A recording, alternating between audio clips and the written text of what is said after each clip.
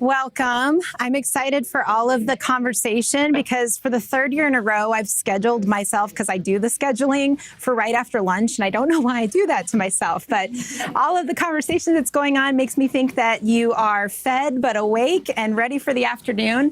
This is a 3-day session entitled Good Teaching and the Trivium.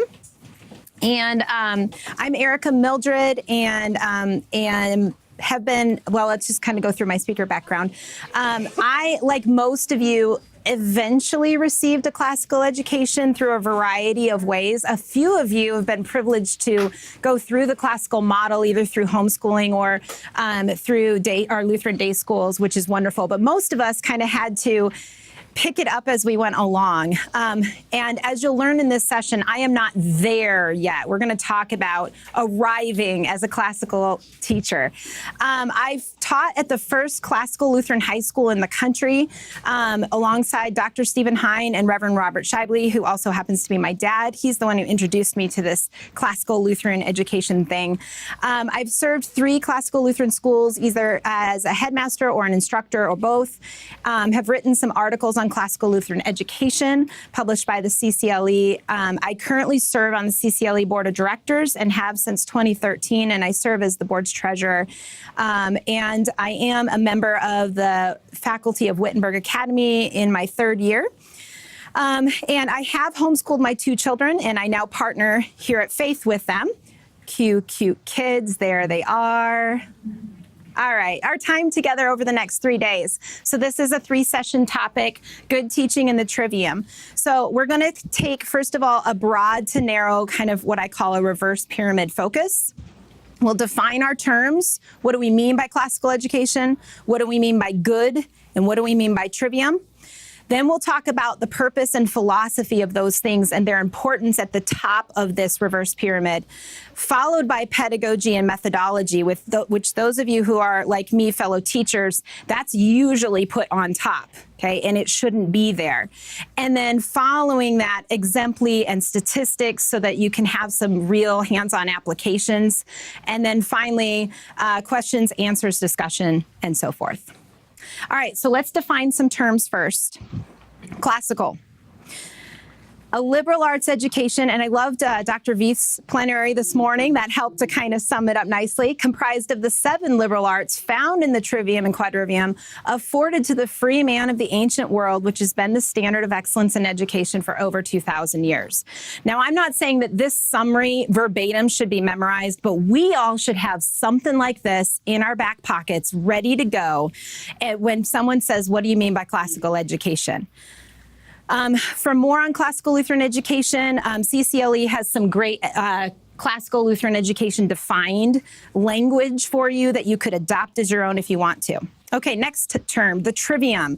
So those are 3 of the 7 artes liberales, right? The liberal arts of grammar, logic, sometimes called dialectic. Those words are interchangeable, and rhetoric. These 3 categories are bodies of study unto themselves, and that's what it meant in the classical sense of the trivium. They're bodies of study, but they also are methodological tools by which we teach all subjects. So as long as we're using them as tools and they're serving underneath the philosophy, that's great. It's when they become superior to the philosophy and become ends unto themselves that we run into some problems.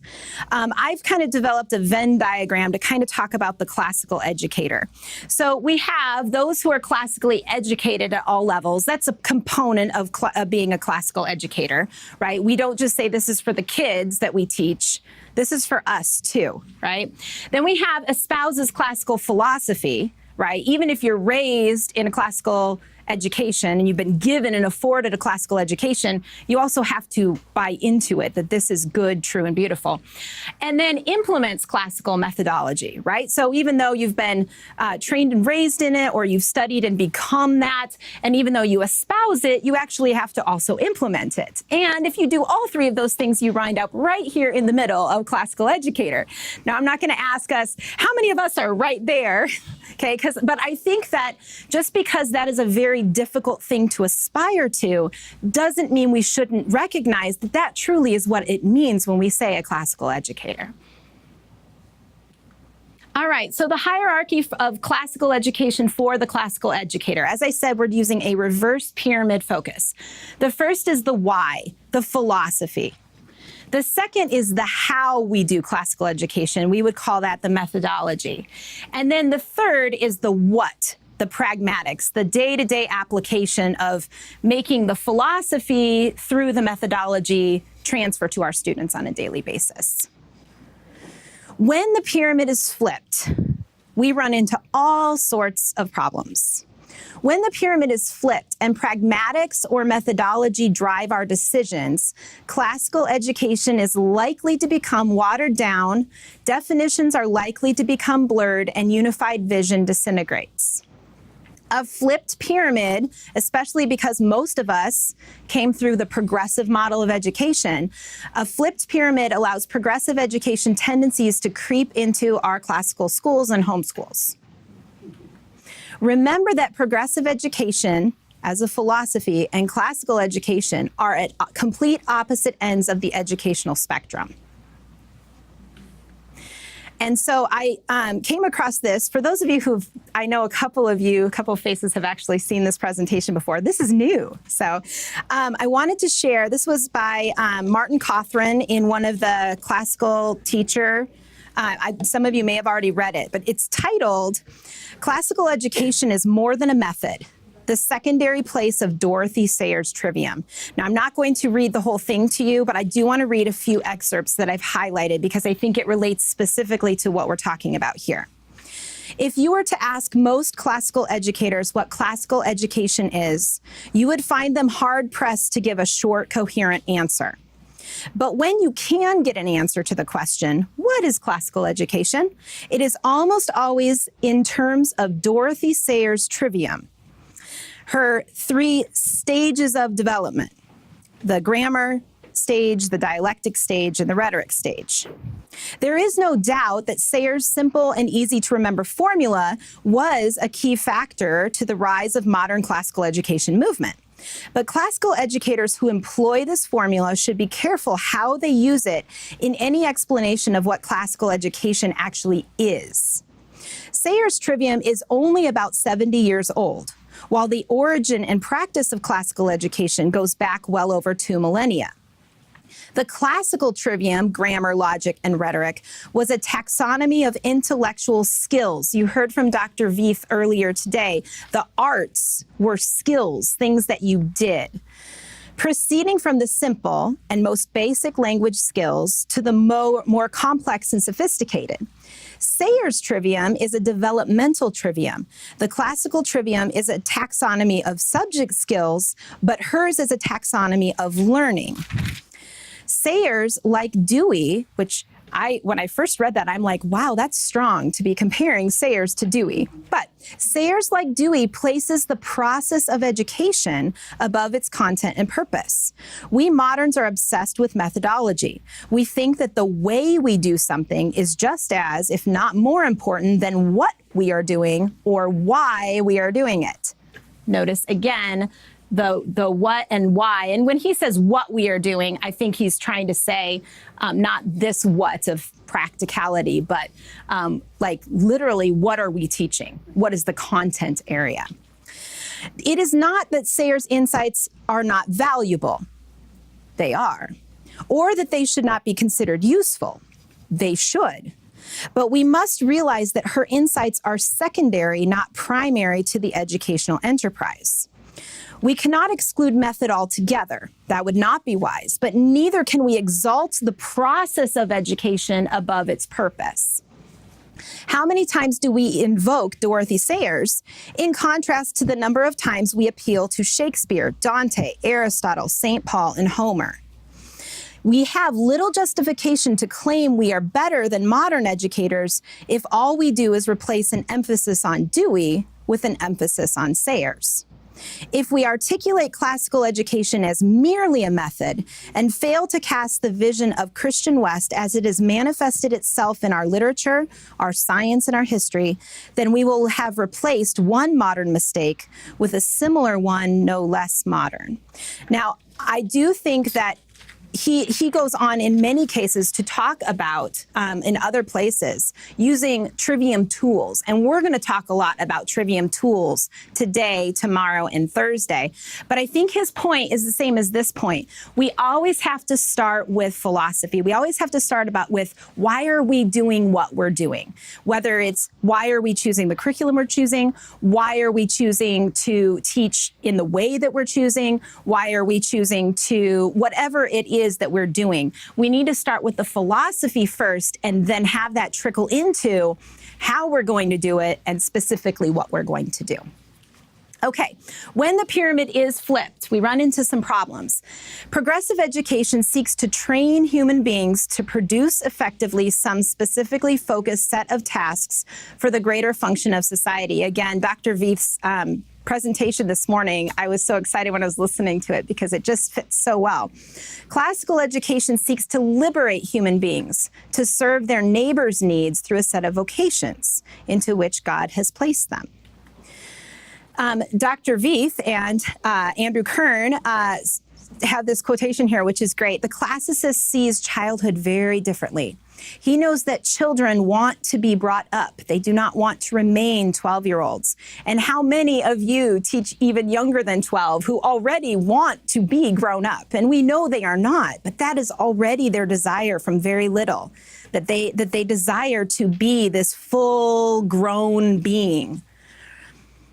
The teacher aims to form the adult to be, not to liberate a different, well, that is also freeing, but not to liberate the child within. When flipped, the what, pragmatics such as curricula, lesson plans, discipline, they become utilitarian and ends unto themselves. So students and teachers eventually evaluate what they are learning based on their own individual preferences and not necessarily on whether or not it is good for them. For example, and you may or may not have heard these in your years of teaching, when will reading Shakespeare help me in the real world? Why do I need to know formal logic? I teach first graders. I'm just not a math person, okay? These are things where we talk about the what, and then why do we need to know it doesn't really, we haven't even filtered it through. When flipped, the how, which is methodology, is chosen by if it works, or more precisely, if it works right now, rather than ought we to do so.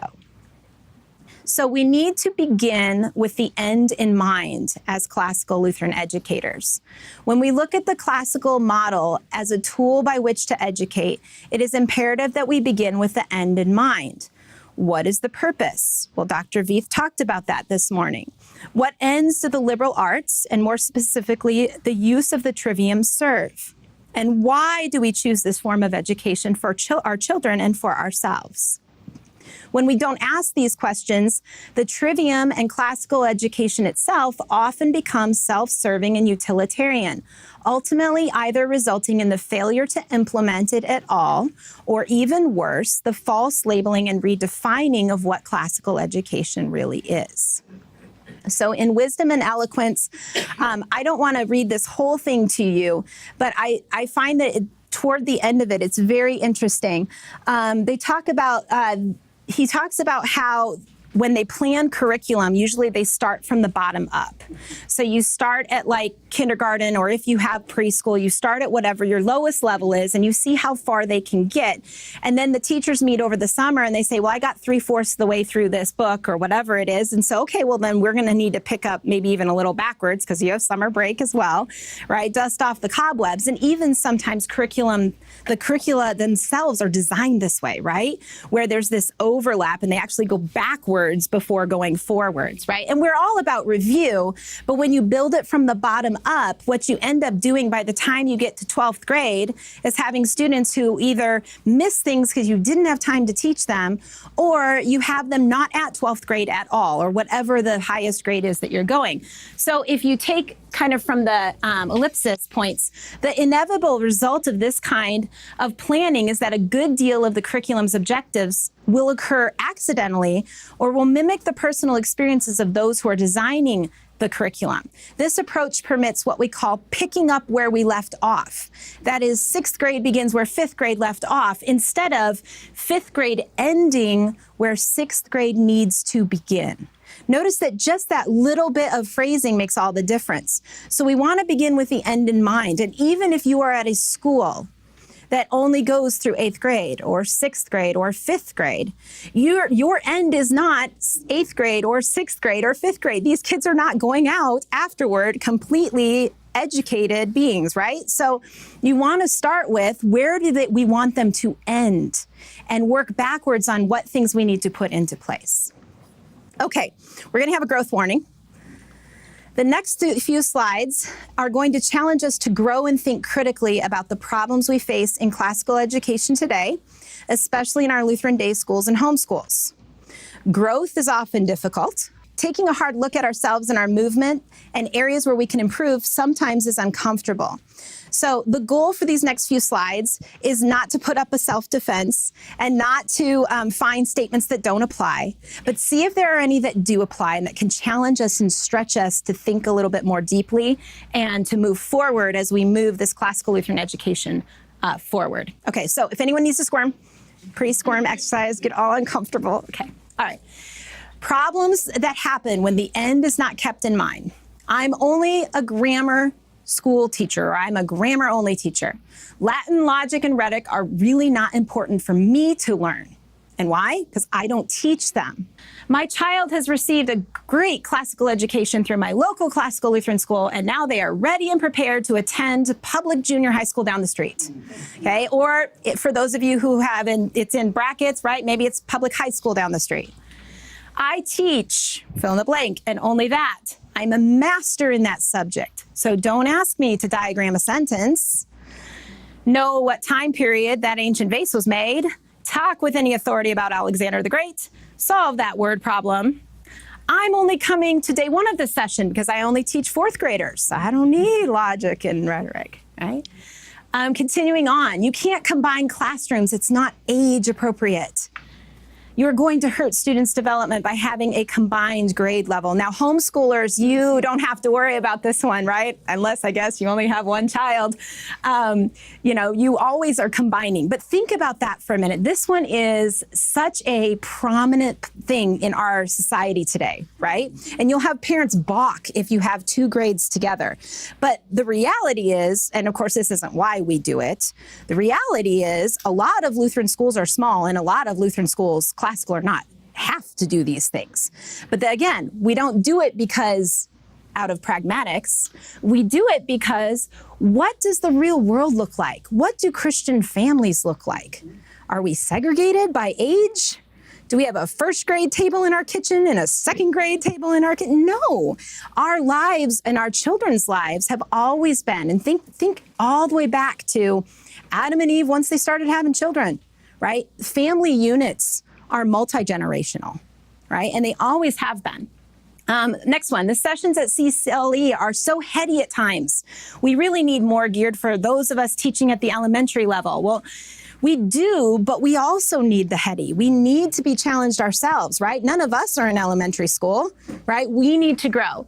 I've already read my Dorothy Sayers article and have taught at a classical Lutheran school for over a decade. I really don't need to learn anything else about it. And yes, we are a classical school, or we're a classical homeschool because we use classical curriculum. We use a phonics-based curriculum. We use Singapore math. We use Shirley grammar. Guys, these things don't make us classical, right? Those are the tools by which we implement the philosophy through the methodology. Other things for which to look, which reveal a problem with the understanding or nature of the purpose of classical education. Now, I know some of us are at day schools and all we have are the grammar level years. But if there's heavy emphasis on grammar level with little or no emphasis or understanding, there's the key word there, of the dialectic and rhetoric levels, that's a concern, right? Even if you are just a K-6 program, or even if you're a homeschool where your oldest kid is 8, you need to know where they're going, right? And you need to immerse yourself in formal logic and in reading Aristotle and Plato and the masters and so forth. Being comfortable with your children receiving a classical education, but not seeing it as important, necessary, or vital for yourself. And sometimes, again, in our Lutheran schools, our parents may struggle with this. We have to gently, lovingly bring them along and let them know this is for them too. Thinking you've arrived. Remember before when I said, I'm not there yet. None of us are there yet. We're not. If you're there, you're not. So you always are going to be learning more, right? I mean, I think of the largest libraries that we have in the world. Can you imagine reading all of them? And then even if you did, even if somehow you had time to read every single volume of every single book in that library, guess what you can do? You can read them again, right? So we never arrive, okay? We continue to grow. The inability to define classical education, hopefully, again, we all are leaving this conference with I am going to come up with, or our staff or faculty is going to come up with a correct, true, short, concise definition of classical education is, because people ask. And we need to be able to tell them in a meaningful way. The belief that there are multiple definitions of classical education. No, it was started several thousand years ago, 2,000 years ago. That does not mean that there haven't been things added and so forth. But when we're talking about the things that are added, are we talking about the philosophy? No, we're just talking about the methodology or the curriculum, all of the what's down at the bottom. We are not talking about the philosophy. It has not changed. Remember, the definition itself is founded in 2,000 years of history. It doesn't change, so there can't be multiple versions. Finally, thinking you can use progressive philosophy, pedagogy, or methodology in your classrooms or with your kids and still be a classical educator. We can't. Now, there are some things, I'll use the light switch or this computer as examples, that are neither progressive nor classical. Right? They are just simply, whether I used a computer today and a PowerPoint, or whether you were at presentations where they used handouts or not.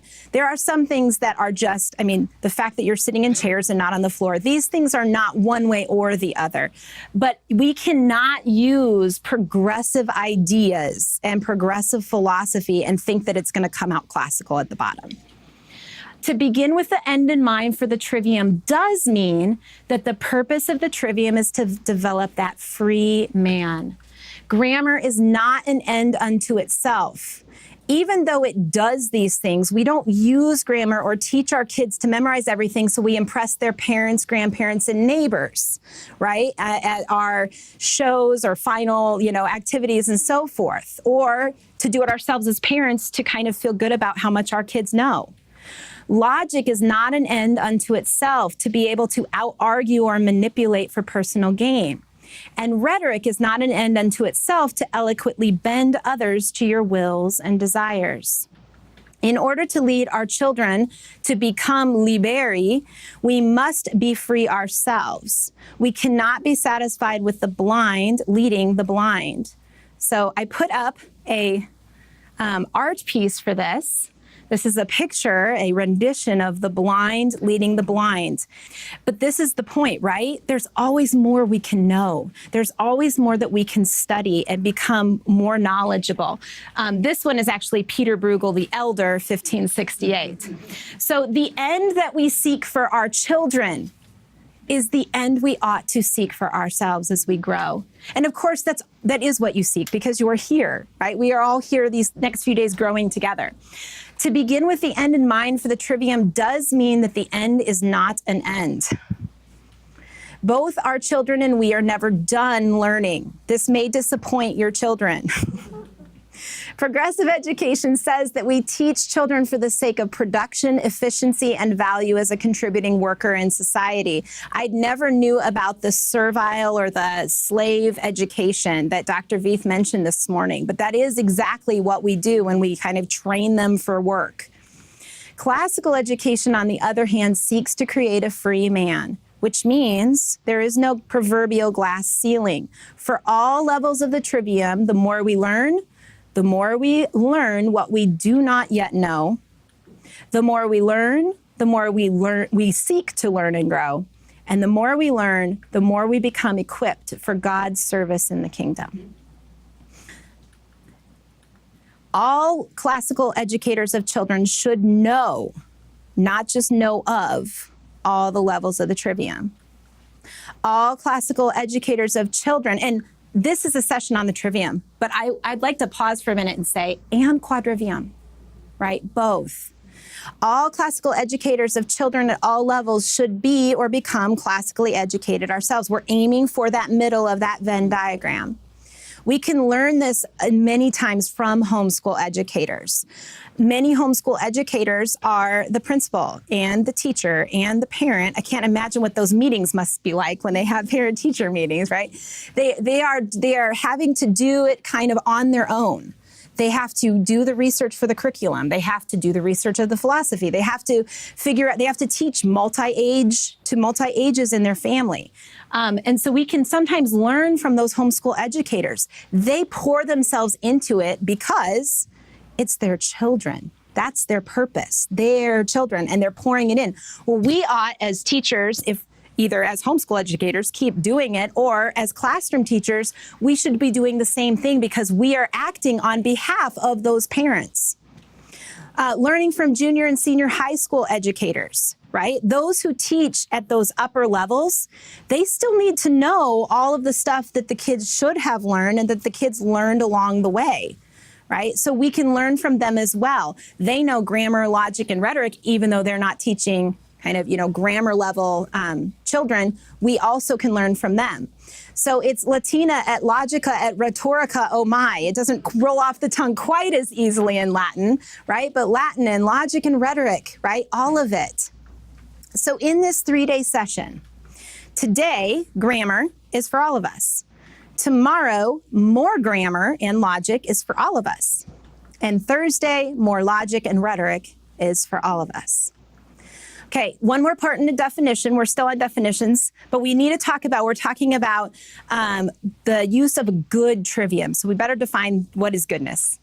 Again, there's a hierarchical definition to consider. If you hear the word goodness, many different nuances of that word can come to mind, but first and foremost should be virtue, right? We as classical Lutheran educators are shooting to create or to help build the free, virtuous man. How is what we are learning and teaching modeling virtue for our children? How is what we are teaching and learning a part of becoming a virtuous person and communicating God's view of his children through Christ's merit? Second, what is goodness? This is kind of the salutary benefit, if you will. Is it beneficial? Is it necessary? That can be a definition of goodness as well. Is what we are teaching, learning, to use a Lutheran phrase, meet right and salutary, right?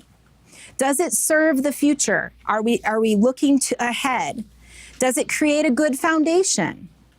And finally, a definition of good can be a negative, which we usually don't like to do, but the counter to the bad, right?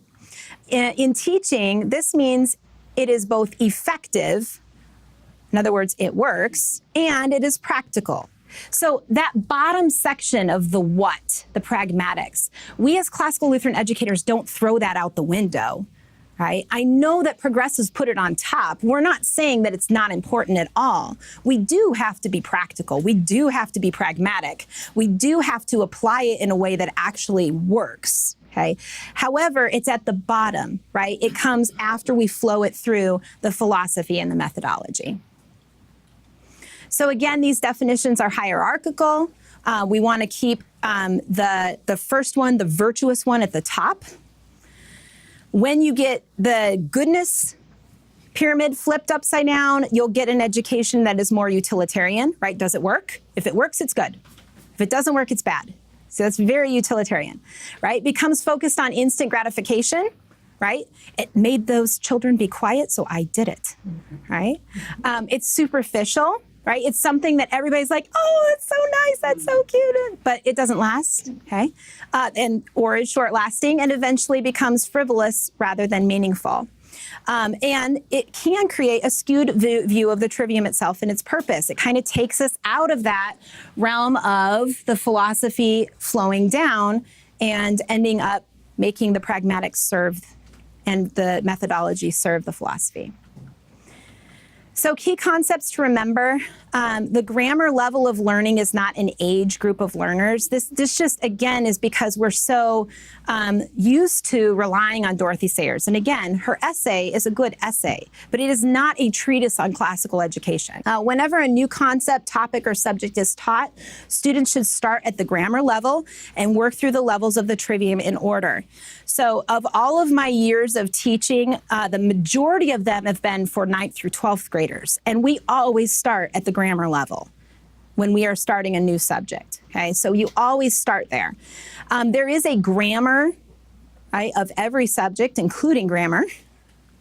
And the tools of grammar can be used to teach any subject. So this is part of the Dorothy Sayers usage of the Trivium, that they are tools. They are. It's method and it's a method and a tool, and it's also a content area all at the same time.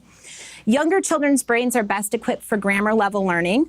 For those of you who teach youngins, you know that they probably memorize better than you do, and that they just seem to be able to memorize copious amounts and then to throw back at you your words like months later and, oh goodness, okay, did I say that? You did, you did.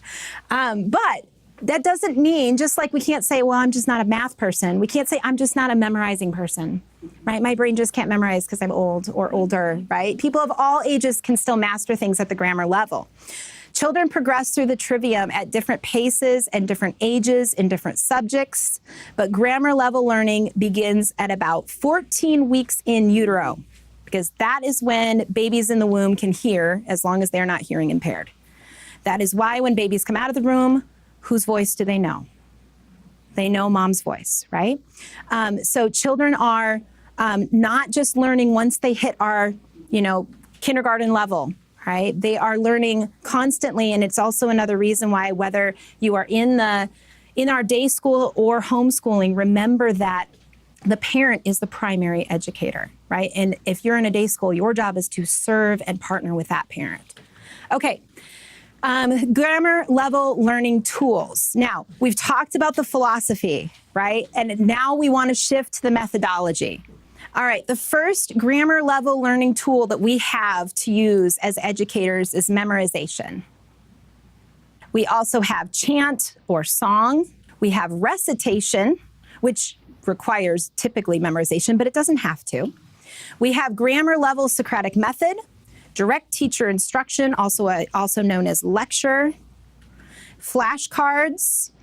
I challenge all of you who are parents to call your lectures at home from now on. You're going to get some direct teacher instruction at this point. And let's go ahead and start with memorization tips. Not all memorization is created equal. So the progressive utilitarian approach versus the classical good approach, and I'm summarizing here. I'm trying to painting a little bit with broad strokes. But a progressive approach would be short-lived. The classical will be long-lasting.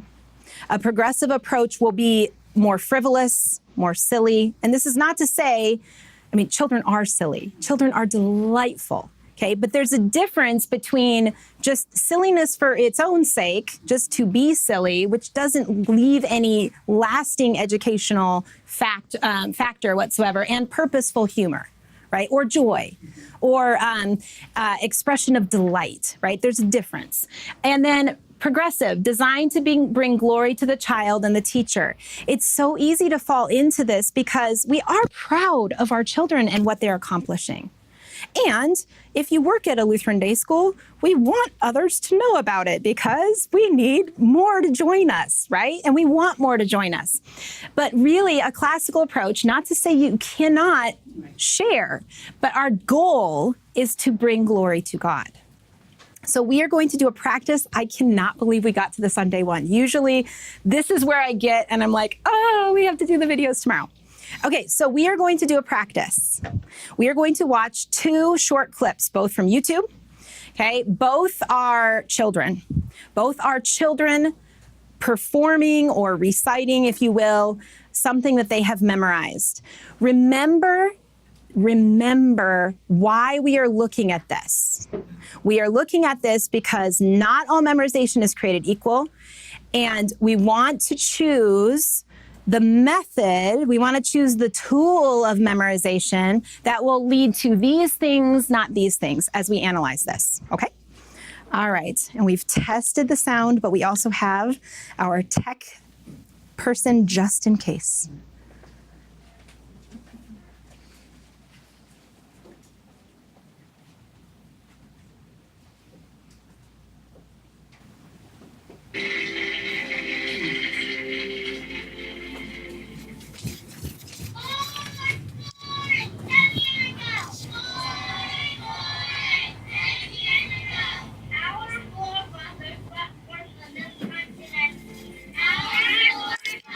Oh, goodness.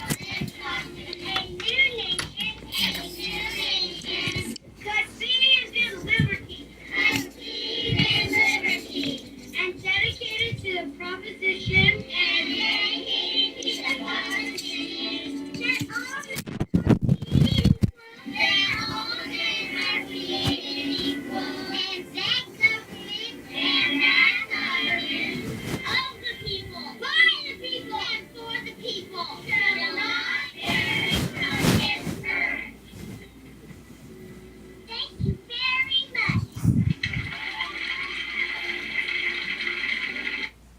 Okay, next one.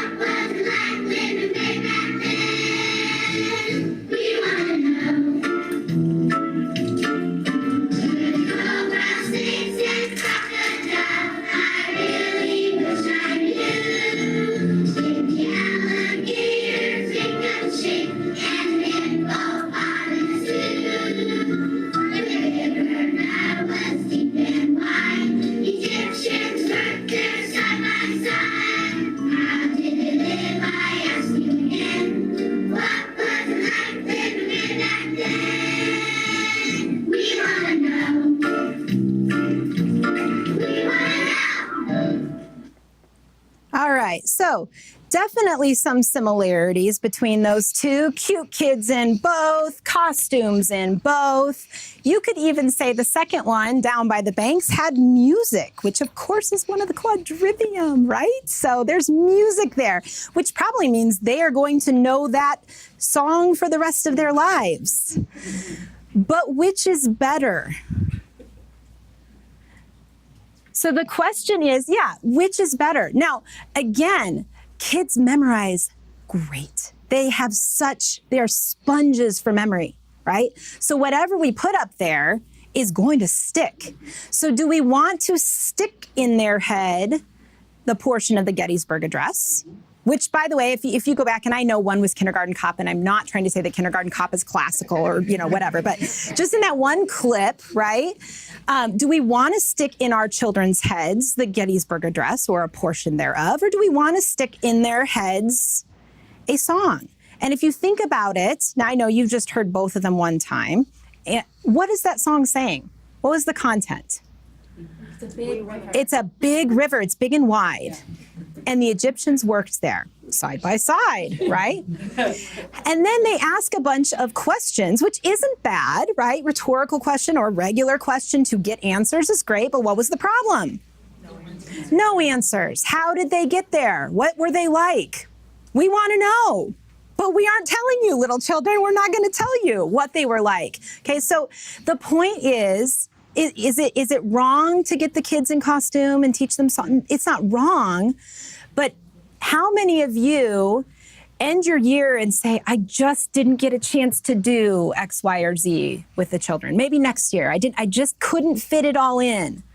So let's not fill it with things that really could go way down the line of what do we want them to know, right? The kids say, we want to know, let's fill them with as much as we can. Now, can we do it with costumes or song or all of the above? Of course, children love that, right? But what we put in their head as far as what we have them memorize is important, not just the cutesy factor at the end. All right. Oh, good. I can keep going for 5 more minutes. Maybe I should pause there for just a minute, though. Comments on that? Comments so far? Thoughts and questions? I think it can change to the content of that song actually be content. Yes, absolutely. Instead of remembering a song where you question what did they do or just remembered simplistic. Mm-hmm. I mean, just as you could have set the Gettysburg Address to tune as well. Correct. And then they'd remember it even more. Absolutely. And music.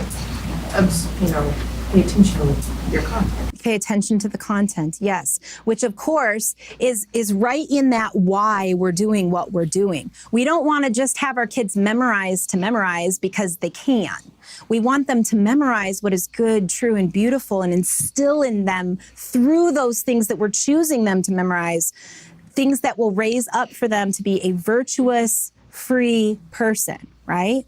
Good. Other thoughts? Thank you. You're doing so well, it's so clear. Oh. All right, let's keep going. I think we can do one more memorization tip. Let's play Which is Better. This is easy. This is fun. You are getting ready for Christmas. Do you, A, have your children memorize a script with a Christmas theme / focus? B, have your children memorize the Christmas story from Luke 2?